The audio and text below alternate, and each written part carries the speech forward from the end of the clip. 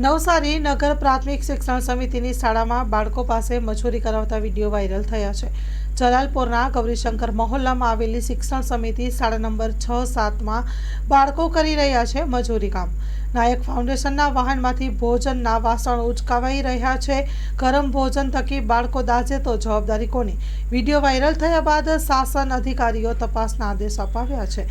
શાળામાં કસૂરવાર સામે પગલાં લેવામાં આવશે તેવી વાત કરવામાં આવી. Story report by Sunil બરોડિયા.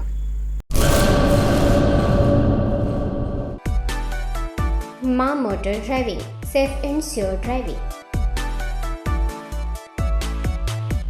Driving એ શોખ સાથે આપની મોટી જવાબદારી પણ છે.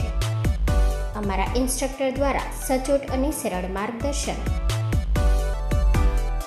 આપની રોજની તાલીમની માહિતી મેળવીને શું અધુરાશ છે એના ઉપર પૂરું ફોકસ કરાય છે.